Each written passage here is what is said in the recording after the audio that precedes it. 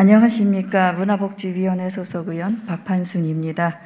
저는 오늘 인천식품산업진흥을 위한 질의와 또 인천 시민의 소중한 생명을 위해 활약 중인 닥터 헬기에 대해서 존경하는 유정복 시장님께 질문을 드리고자 합니다. 먼저 식품진흥센터에 대해서 질문을 드리도록 하겠습니다. 자료를 좀... 네. 2022년도 식품행정 통합 시스템이 있습니다. 이 정보에 의하면 인천시 식품적객업소 및 식품제조 가공업소가 2022년에 61,481개소입니다. 그리고 2021년 대비 3,335개소가 증가를 했습니다. 이는 6.7%가 증가를 했습니다. 아울러서 5년 전으로 추적을 해보면 2018년도 대비해서는 22,660개소, 즉 58.4%가 증가한 것으로 연도별로 지속적으로 증가 추세에 있습니다. 참고로 종사 인력은 약 30만 7천여 명으로 추정이 되고 있습니다.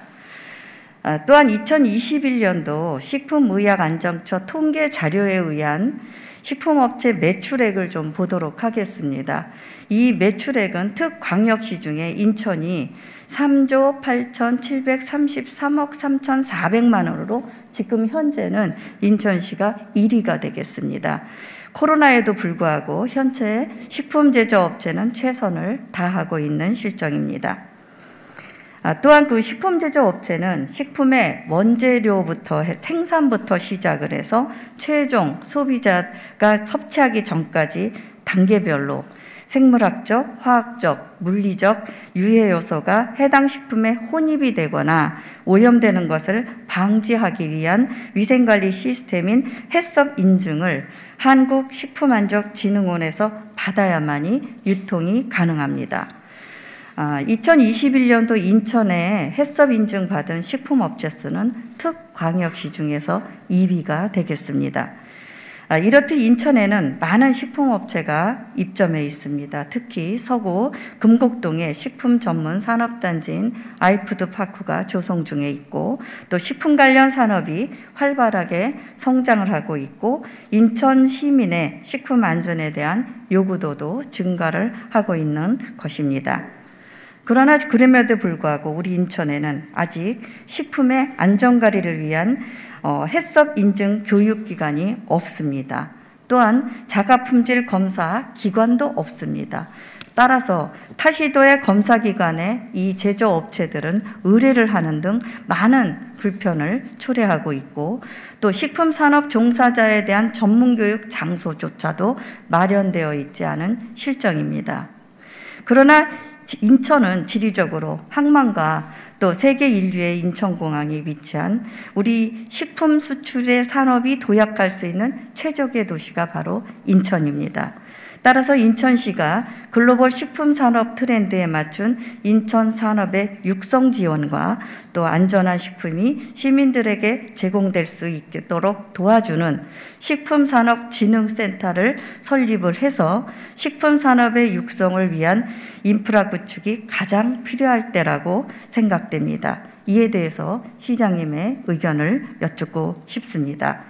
중소식품을 위한 총괄 지원을 육성하는 식품산업증진센터가 설립이 된다면 가장 중요한 식품이 인천 시민들에게 제공이 되고 또한 31만 명의 그 식품업계 종사 인력에 대한 확고한 일자리가 제공이 될 것입니다.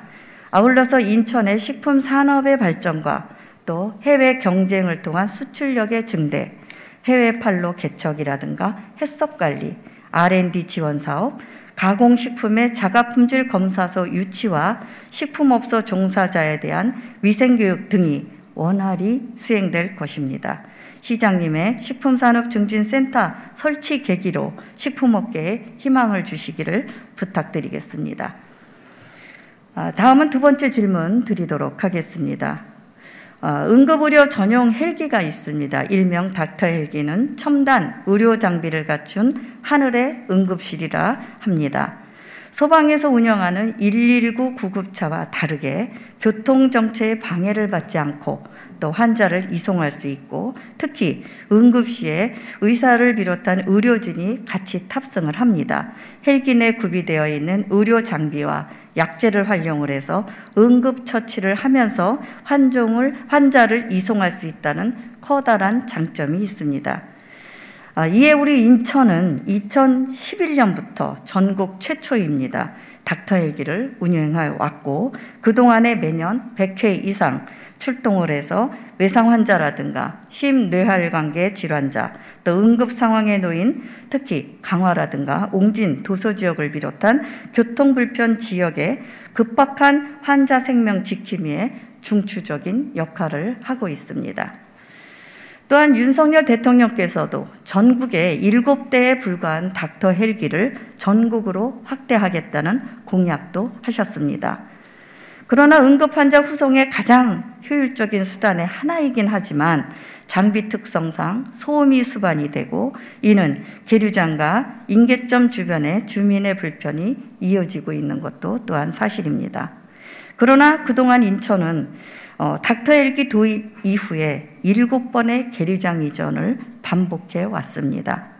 군의 협조로 현재 위치인 일신동 부대 내의 계류장을 임시로 사용하고는 있지만 경락고가 없습니다. 따라서 정기적인 정비라든가 급유라든가 겨울철 헬기 워밍업에 문제가 있고, 또 주변 일신동, 북의 일동 주민의 소음으로 인한 불편이 야기된 것도 또한 사실이 되겠습니다.